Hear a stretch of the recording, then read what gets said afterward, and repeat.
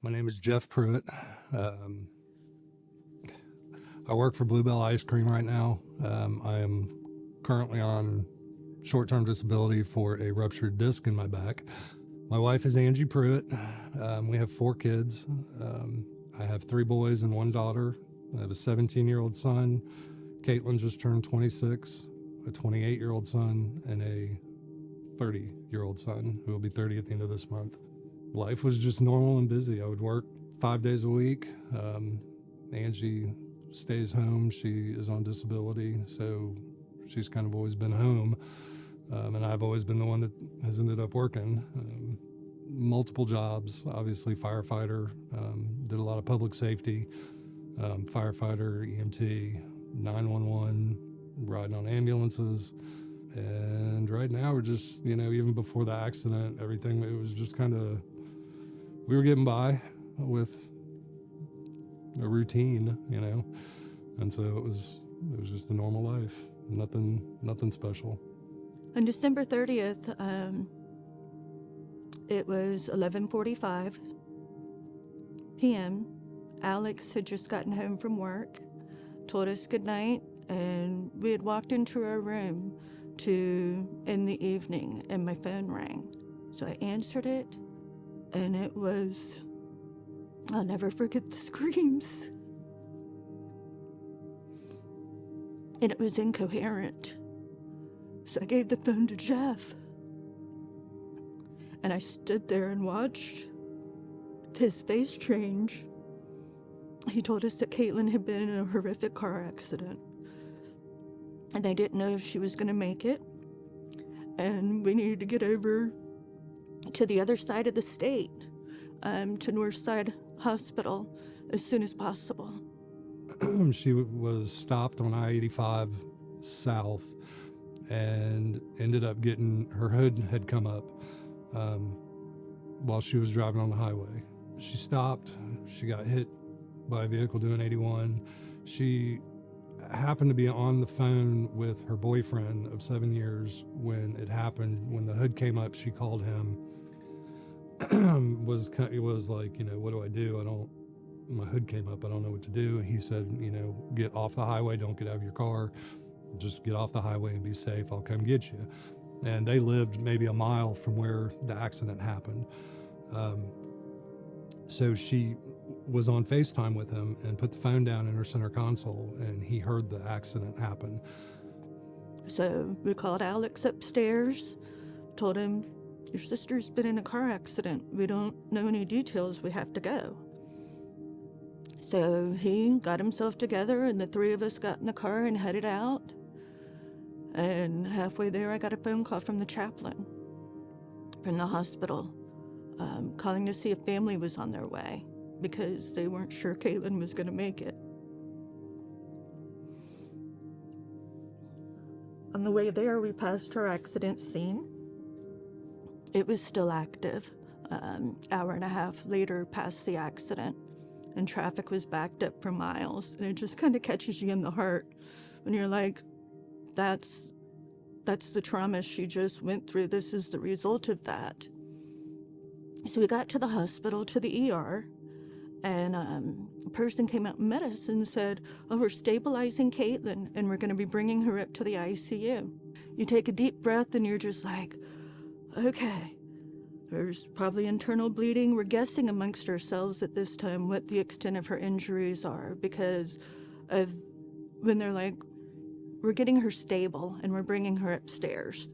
Stable means alive, and we're not having to pump your heart at that moment. Stable doesn't mean conscious and not injured. So your brain kind of protects you from yourself while you're in that time of waiting. Took them almost 2 hours, and I walked in that room.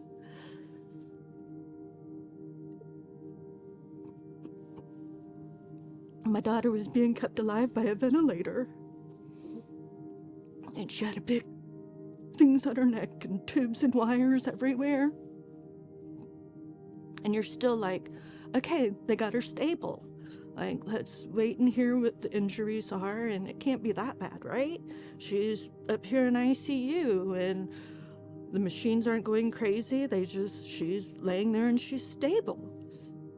And that's when they told us that she was in a coma.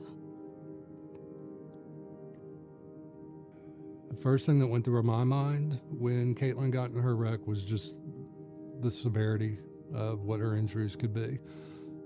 I don't think anybody thought that a traumatic brain injury was anywhere in the cards for her. When they tell you it doesn't look good, get to the hospital, you kind of think, all right, broken legs, broken arms, broken this, broken that, it'll heal. Life should be pretty normal 6 to 8 weeks. But to be told of a traumatic brain injury and the worst kind to have gotten, it's a hard pill to swallow. She had sustained the worst possible type of brain injury that you can sustain and survive. Her brain had twisted, and it severed all of the neurons between the two halves of her brain. So she has been in basically a vegetative state for 7 months now. We were told everything from 3 to 6 months on her waking up from a coma, to her never waking up, to where she's at right now would be kind of the quality of her life, which she can't do anything for herself right now, and could, as long as somebody's taking care of her, she could live this way for 60, 70 years, until she's 80, 90 years old. And if that's the case, I'll help her and do whatever I can as long as I can. Well, Kaitlyn reached a point, and they said she's too stable for hospital care because she doesn't require any machines, IVs, oxygen. She's maintaining her own vitals. Her body is supporting its own major functions. But on the flip side, she's too cognitively impaired to be accepted by rehab. So no rehab would accept her, and Kaitlyn was sent home. So she came home with her mom and dad, and she has been here at the house since February 14th, Valentine's Day. Wake up in the morning, and first task amongst us is to go tend to Kaitlyn. We get up and we change her gown, her bedding, her diaper, give her medicines, feed her, brush her teeth, put lotion on, brush her hair, get her comfortable and started for the day. We feed her every 3 hours. She's on a medication regimen. She gets different medications throughout the day, so that's an every 4-hour thing. Changed as necessary to maintain her hygiene. My days are completely focused on Kaitlyn's needs. We've had therapy come out since then, and they have discharged her because she can't participate in therapy. They called her non-cooperative. She's in a coma, what'd you expect? So all the therapists have discharged her. So we do her therapy daily, the stretching and everything, in hopes that when she wakes up, because she's gonna wake up, in hopes that when Kaitlyn wakes up, that she can go to rehab with full range of motion and have the absolute best chance of recovery possible. That's my goal. Kaitlyn's life before the accident was absolutely normal. Boyfriend that she had been with for 6 or 7 years, great guy, part of our family, love him to death. She was working full-time for a medical billing company. She was doing stock trading, a lot of different things. She didn't work a normal 9-to-5 job, but she did enough to where she didn't have to work 40 hours a week. She lived out in Gwinnett. She's got 2 dogs, boyfriend, apartment, car. I mean, they were completely normal. They were supposed to be over on New Year's Eve, or Kaitlyn was supposed to be here New Year's Eve to celebrate New Year's with us, and never made it. So, but she was completely independent. I don't think it's fair to her. I don't think it's fair to her boyfriend, to her mom and dad. It's not fair to anybody that's a part of her life, but it's not our business to say what's fair and what's not fair.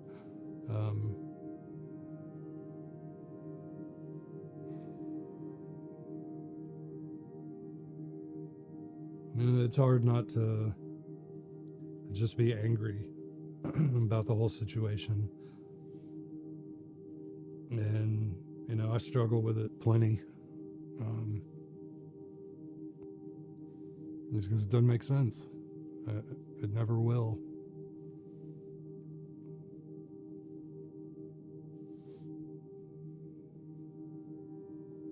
But we're hopeful. And that's all we can be. In this season, I've seen a different side of Jeff that I wish I didn't have to see, but I always knew him capable of. He's always been a provider for his family, and I will say that first and foremost. He always shows up.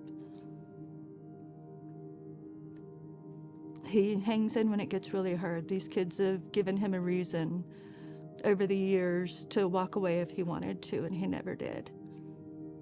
Shortly after we got married, he adopted the 3 older kids, changed their birth certificates and everything to where they're his kids, always have been, always will be.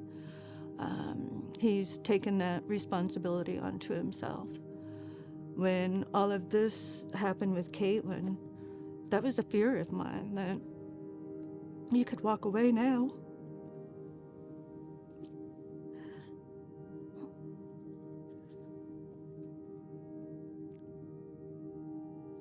It's just made him dig in a little harder. Life can change in an instant, and it did. My life is 100% different than it was this time last year.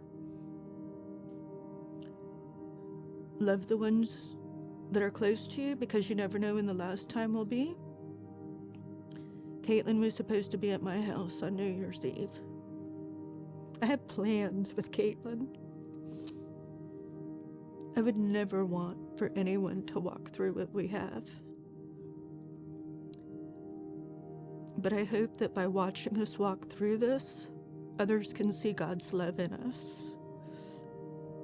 That they can see the steadfastness of our faith, and that we know beyond a shadow of a doubt that God has got this. He's going to continue to provide. My husband's been out of work for 5 months. God has provided over and over again. So don't doubt your faith. Grow stronger in it if you can. Because when you need it, it's something pretty powerful to have.